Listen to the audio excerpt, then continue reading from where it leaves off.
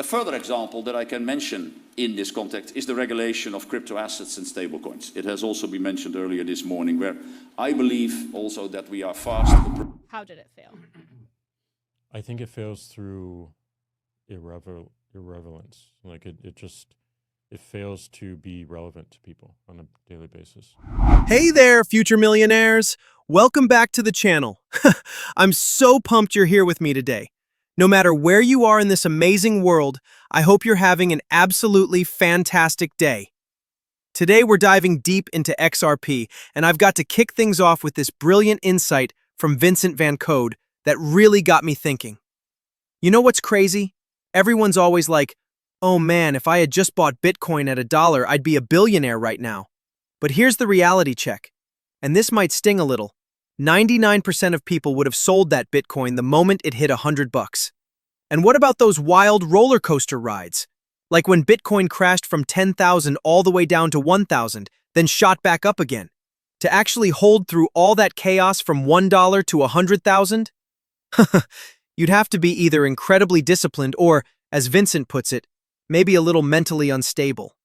The same thing applies to XRP, guys. I see people in the comments all the time saying they're holding until it hits $1,000, but let's be real here. 99% of those same people are going to cave way before that. The moment they can afford that shiny new Lambo or put a down payment on their dream house, they're out. Vincent nails it when he says it takes serious conviction, or maybe a touch of madness, to hold until 1K, let alone 10K. And look, I get it. I see these comments everywhere. I've got diamond hands. I'm holding XRP until it reaches $10,000. But here's what's going to happen on that journey. And trust me on this. You're going to watch your portfolio swing like crazy. There'll be moments when you look at those numbers and think, maybe I should just sell a tiny bit right now. Listen, there's absolutely nothing wrong with taking some profits along the way. I'd never tell anyone to sell their entire bag. But most people, they'll be long gone before XRP even sniffs $1,000. That's just the truth. I scroll through X every single day and see people saying, if XRP just hits $10, I'm out. Selling everything and saying goodbye to crypto forever. But here's the kicker. When you sell, you're converting back to US dollars, and everything costs a fortune right now thanks to inflation. And guess what? Inflation isn't going anywhere. They keep telling us prices are coming down, but am I the only one not seeing it? Maybe gas drops a few cents here and there. Woohoo, right? But groceries? They just keep climbing higher and higher. Plus, the dollar keeps losing value too. So here's my strategy. If I ever do sell my crypto, I'm converting it to a stablecoin like LUSD. At least that way, I'm not immediately losing purchasing power to inflation. And the best part? I can actually earn yield on that stablecoin while I wait. Now, this insight comes from Digital Perspectives, and speaking of waiting, let's talk about what we're all eagerly anticipating. We're still waiting for those XRP ETF approvals, right? But there's so much happening behind the scenes that people aren't paying attention to. Think about it. We've seen some major moves lately. Hidden Road got acquired, Rail Financial got scooped up too. These aren't just random acquisitions, guys. Then there's the whole Ripple Treasury situation, the bank charter application they've got in the works, and don't even get me started on that Fed Master account they're still waiting for approval on. Are you starting to see the bigger picture here? Because when you connect all these dots, Ripple's digital asset treasury, all these strategic acquisitions, the regulatory progress, it's crystal clear where this is all heading. Everything Ripple is doing right now has one goal: building real, massive utility for XRP. And when I say massive, I mean game-changing utility that's going to send XRP to some absolutely insane price levels. All this stuff happening in the background, that's not just noise, that's the foundation being laid for something huge. And here's the kicker. Once Ripple finally gets that bank charter and secures that Fed Master account, it's game over. Ripple isn't just going to be a fintech company anymore, they're literally going to become a bank. Think about what that means for XRP and the entire ecosystem they're building. We will be the bank branches at the G30 40th Annual International Seminar. They're telling a room full of bankers that interlinkages between crypto and the traditional financial system continues to grow. Take a listen. A further example that I can mention in this context is the regulation of crypto assets and stablecoins. It has also been mentioned earlier this morning, where I believe also that we are fast approaching a tipping point. With the introduction of the crypto ETFs, the barriers for retail users have now dropped significantly, and interlinkages with the traditional financial system continue to grow. A number of incidents over the recent years have highlighted the vulnerabilities of the crypto asset ecosystem. And these vulnerabilities also require a consistent international regulatory approach based on the principle of same activity, same risk, same regulation. If we do not work together in this space, then what we risk is a race to the bottom dynamic, where crypto dealers and stablecoin issuers might be located in the least regulated regions, but spark problems elsewhere in the world. So what's he really calling for here? Global crypto regulations. And this is huge, guys. What this means is that the regulations we see in one country are going to look almost identical to what we see in the next country and the country after that. We're talking about worldwide standardization. But here's the part that really caught my attention. And you need to pay close attention to this. He also mentioned that crypto is moving even further away from retail investors. And this is exactly why I keep telling you that you're still early. You beat the big institutions to the party. You're here before the massive institutional money floods in. So please, please don't sell too soon. I can't stress this enough. The real money, the serious institutional capital, is just starting to knock on the door.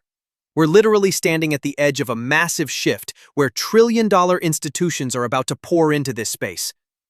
You've got a front-row seat to something that most people won't even realize is happening until it's too late. Now here's something that's got me fired up. Jack Dorsey recently said that Bitcoin isn't crypto, it's money. Well, Jack, I've got some news for you. Bitcoin is crypto. What's next? Are we supposed to believe this is some kind of divine currency that was handed down by aliens from another planet? Look, I get it. The Bitcoin maximalists always have to keep pushing this narrative. They constantly need to make Bitcoin seem like it's something more, something special, something that stands above everything else in the crypto space. But here's the reality check that nobody wants to hear. Bitcoin is actually running on outdated technology. While everyone's busy worshiping it like it's the holy grail of digital assets, the crypto world has evolved so far beyond what Bitcoin can offer. And here's my bold prediction. Bitcoin is going to become irrelevant. I know that's going to ruffle some feathers, but technology moves forward, not backward. And Bitcoin? It's stuck in the past while newer, faster, more efficient cryptocurrencies are building the future. Jack Dorsey also said this. Take a listen. So let's fast forward to the future, and Bitcoin has failed. How did it fail? I think it fails through irrelevance. Like it fails to be relevant to people on a daily basis. If it just ends up being store value and nothing more, I don't think it gains relevance at all. Like I think it has to be payments for it to be relevant on the everyday. Otherwise, it's just something you kind of buy and forget and only use in emergency situations or when you want to get liquid again. So I think if it doesn't transition to payments and find that everyday use case, it just gets increasingly irrelevant. And that's failure to me. So he said if it can't be used and people don't use it for everyday payments, it becomes irrelevant. And it can't be used for everyday payments unless you want to swallow your pride as a Bitcoin Maxi and run it across the XRP ledger. So get this. Someone's claiming that only Bitcoin can safely and securely transfer $200,000 on a Sunday for just 4 cents. Now hold up a second.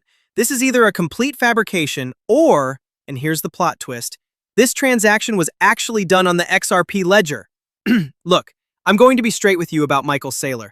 I think the guy is straight up misleading people, and honestly, he's become a bit of a circus act. Here's why I think this. Saylor went all in on Bitcoin, so now he has to keep selling this narrative.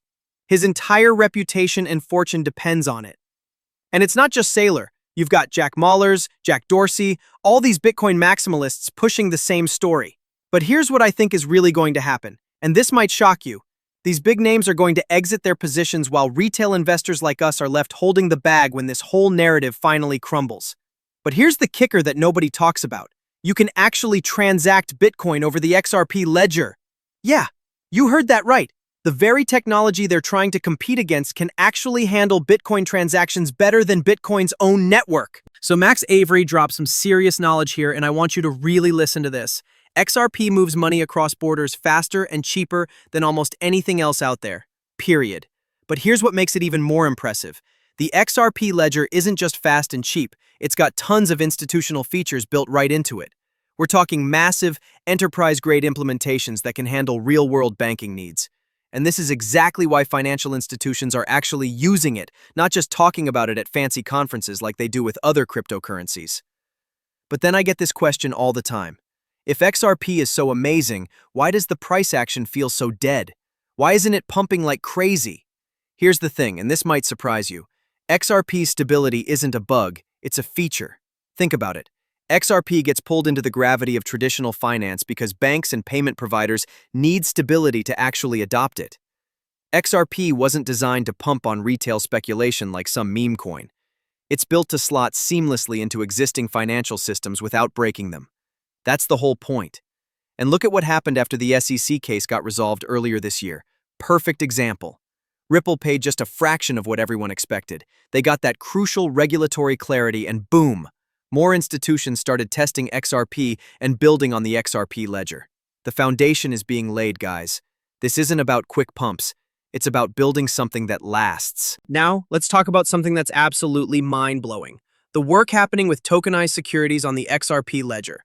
We're talking about trillions of dollars in bonds getting put on chain. And this creates real, sustained demand that most people aren't even thinking about yet. Here's something crazy that people always forget. XRP actually hit its all-time high right after one of its most brutal crashes back in 2017. It has this weird pattern where it bleeds out during all the speculation frenzies, and then when nobody's watching, bam! It catches up hard and fast. So if you're holding XRP and expecting it to move like some wild meme coin, you're honestly going to hate this experience. But if you're betting on the financial infrastructure of tomorrow, well, then this boring price action suddenly starts making perfect sense. And Max is absolutely right when he says that investing in real assets with actual value sometimes means you need a longer time horizon. But here's what I believe. Taking that bet and having patience is going to pay off in a massive way. Listen carefully. XRP is not a get-rich-quick cryptocurrency, but it is going to hit some absolutely insane price points over time. Once institutions start utilizing it on a daily basis, retail investors are going to get priced out lightning fast. Right now, everybody's complaining. Man, it sucks being early in crypto. But I've got to remind you of something huge. You beat the institutions to XRP for the first time in history. Do you realize how big of a deal that is? As XRP investors, we get front-row seats to watch institutional money pour into this space. The fact that we're buying XRP at these current prices, that's going to be absolutely massive going forward, because once that institutional money shows up, the price is going to change so dramatically that today's prices will look like pocket change. All right, this is from Smoke, and you need to pay very close attention to this because it's absolutely game-changing. The Bank for International Settlements just stated that ISO 2022 can be adopted as the standard messaging protocol for digital asset transactions. And yes, that includes stablecoins. Now let me break this down for you because this is huge. ISO 20022 is the new messaging standard that SWIFT has adopted to enable transactions involving digital currencies, e-money, stablecoins, and even central bank digital currencies. Think of ISO 20022 as the bridge that fintech companies desperately need for true mass adoption of stablecoins. And here's where it gets really exciting. Stablecoins are going to be the door opener for other cryptocurrencies. We're talking about XRP, XLM, XDC, Hedera, IOTA, Algorand, Quant. All these ISO-compliant cryptocurrencies are perfectly positioned for this massive shift. And here's the kicker. Once they start utilizing crypto within these ISO messages, the prices of these cryptocurrencies are going to change lightning fast. I'm talking dramatic, life-changing moves. Now listen to me very carefully. You're not too late yet. But time is absolutely running out. This train is about to leave the station, and once institutional adoption kicks into high gear with these IISO standards, the opportunity to get in at these prices will be gone forever. The pieces are all falling into place, and we're sitting right at the edge of something massive. Hold up. ISO 20022 goes live next month. This is it, people. And speaking of timing, check this out. Eleanor Tourette, who's running for New York City mayor, just dropped some major news. Andrew Cuomo, yeah, the former governor, wants to make New York City a massive crypto hub. The guy's planning to announce the creation of a new Chief Innovation Officer position specifically to make NYC the global hub of the future if he gets elected. Pretty wild, right?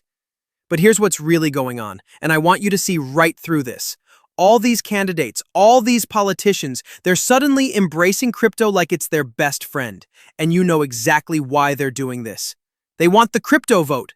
They saw how crypto holders completely changed the game in the November election last year, and now they're all scrambling to jump on board.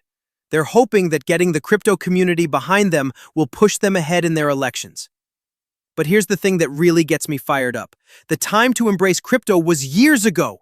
Instead of this ridiculous crypto crackdown that's been happening in the United States, we should have been embracing innovation from day one. We should have been pushing the US ahead of the curve. Can you imagine where we'd be right now if this crypto crackdown had never even happened? We could have been leading the world instead of playing catch-up. But hey, better late than never, I guess. Forget the great wealth transfer. This is much worse. You know, I always see people talking about the great wealth transfer, and it's always these bankers and these billionaires. But you know, reality is a lot of this money is also not going to enter crypto. And get this, they even talk about a reset in this article. What does that mean exactly? Well, prices for everything have become absolutely astronomical, and the whole system needs to be readjusted. But here's the reality check. None of that readjustment is going to happen without a major crash first. Just look at real estate. Nobody, and I mean nobody, should even be thinking about buying a house right now, especially if you're cashing out your crypto to do it. Not at these insane prices. You wait until that market comes crashing down, then you swoop in and buy at the bottom. I've always told you this. Treat everything the way you treat crypto. Always buy the bottom and sell the top. It's that simple. Now, about this great wealth transfer that everyone keeps talking about. I see people in crypto constantly saying, just wait until all that inheritance money pours into cryptocurrencies. But here's what they don't realize, and this might burst some bubbles. Most of the people who are about to inherit this money, they're not thinking about crypto at all. They're going to use that money to pay off their credit card bills, tackle their student debt, hopefully catch up on their mortgage payments, get current on their rent. You know, basic survival stuff. Don't get me wrong, I think some of this inheritance money might eventually trickle into crypto. But it's not going to be this massive flood that everyone's expecting. But it's definitely not going to be on the massive scale that people are hyping up, like $20 trillion over the next 3 years. That's just not realistic for retail money. Now, institutional money? That's a completely different story. I absolutely think institutional money is going to flow in at those levels over the next 3 years. But retail investors? Most of them are going to get priced out way before then. I'm thinking by 2028, maybe even sooner. And here's what I'm seeing with everything that's happening right now. A crash is absolutely coming. It's not a matter of if, it's when. I think it's probably going to start with commercial real estate, then flow into residential real estate. The banks? We're likely looking at more bank collapses. And here's the scary part. They're not doing bailouts this time around. They're already telling us that bail-ins are coming instead. What does that mean?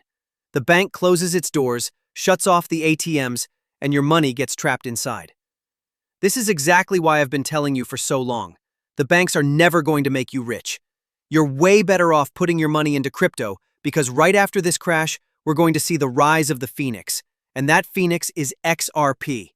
But until all of this plays out, just stay patient, stay positive, and let's get rich together. All right, guys, that's a wrap on this video. I want to thank each and every one of you for watching. I seriously appreciate all of you. I'll catch you in the next one, and until then, have an amazing night.